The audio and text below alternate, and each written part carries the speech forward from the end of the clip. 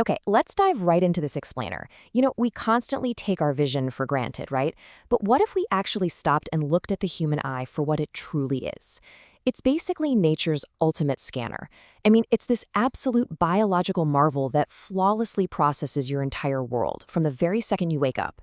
So today, we're going to explore exactly how this incredible little organ captures, decodes, and files away the entire visual universe around you. Let's start with a little scenario. Picture this. It's pitch black outside, and suddenly you spot a tiny, dim firefly glowing in the dark. Now, that seemingly simple, everyday event, it instantly kicks off a massive, incredibly complex biochemical reaction in your head. Literally the split second that faint light hits your eye, an entire microscopic factory springs into action just to make absolutely sure you comprehend exactly what you're looking at. And to process that one single flicker of a firefly, your eye actually relies on a staggering 261.3 million rod-like cells. 261.3 million. Inside these millions of cells is this specific reddish substance, and when the firefly's dim light hits them, it actually bleaches the color right out of that material. This specific bleaching action is exactly what generates an electrical current. It is literally converting light into electricity right there inside your head. So, this newly created electrical signal, it doesn't just sit there, obviously. It rockets down your optic nerve and into your brain at an astounding 300 miles per hour. Your brain then decodes this high-speed signal to tell you, hey, yep, that's a firefly. And all of this happens so fast, you don't even realize a 300-mile-per-hour data transfer just took place. Wild, right? Moving on to Section 1, the ultimate scanner, eye versus camera. If your eye were introducing itself at a party, it would probably proudly tell you that it's only about the size of a ping pong ball. Yet within that tiny little space, it is simultaneously processing 1.5 million messages from the outside world. In fact, it gathers 80% of everything you will ever learn in your entire lifetime. Your brain relies on the eye to scan faces, mountains, oceans, you name it, creating millions of files to store away for whenever you might need them. And because this equipment is so incredibly priceless, nature placed it in the most secure location possible, perfectly protected by the strong skull bones of your forehead above and your cheeks below. Honestly, if these two lamps were placed anywhere else on our bodies, our lives would be incredibly difficult. And this perfectly illustrates why comparing the eye to a camera is, frankly, kind of laughable. The source material actually points out that the difference between the most expensive, high-tech modern TV camera and the human eye is basically like the difference between a speck of dust and the sun. A camera captures a 1-inch, flat, one-dimensional image on its film. Now, your eye's retina is also just about 1 inch. But when you look at a towering 25-story skyscraper, like the Habib Bank Plaza, for instance, your 1-inch vision center allows you to perceive it in its true, massive, skyscraping scale.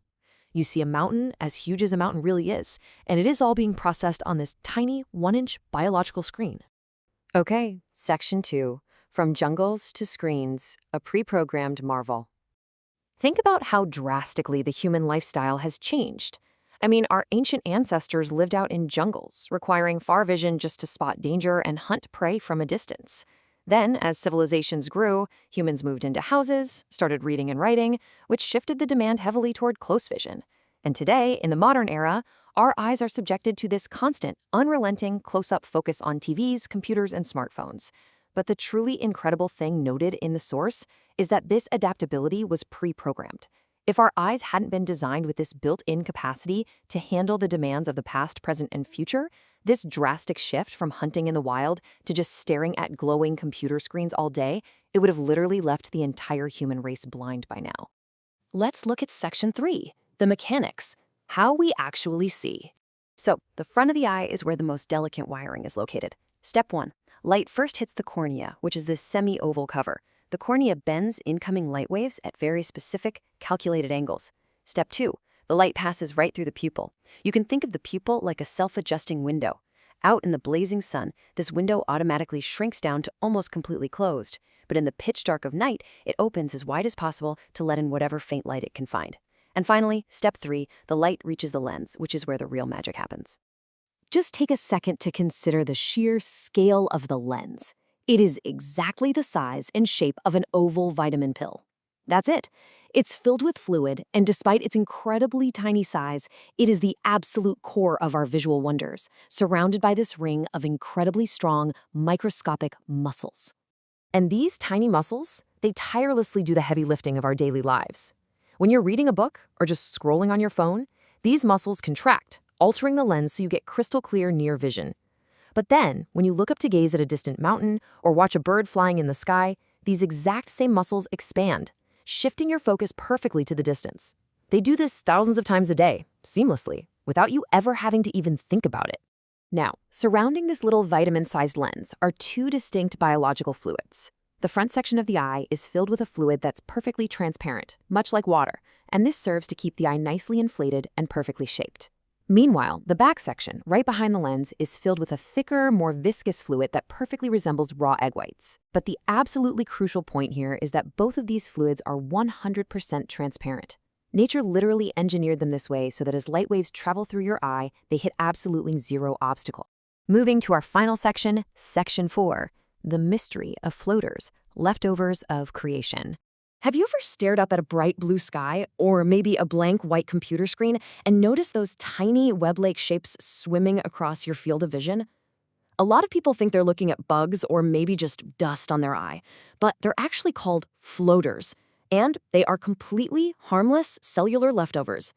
See, when your eyes were being brilliantly constructed while you were still in your mother's womb, some of the biological building materials were simply left behind. These cellular remnants just stay there, permanently floating around in the outer fluids of your eye. Now, currently, medical science tells us that these floaters don't seem to cause any harm, but they don't seem to have any benefit either. But think about everything we've just covered, from the 300-mile-per-hour electrical storms to the dynamic, auto-adjusting muscles to the flawless, water-clear fluids. Nature's factory is far too precise to just leave trash lying around without a reason, right? It leaves us with a genuinely fascinating question. Since nothing in biology is truly useless, what hidden utility might future experts discover these little remnants actually hold? It's just one more mystery waiting to be solved inside the ultimate scanner. Thanks so much for joining me for this explainer, and I'll catch you next time.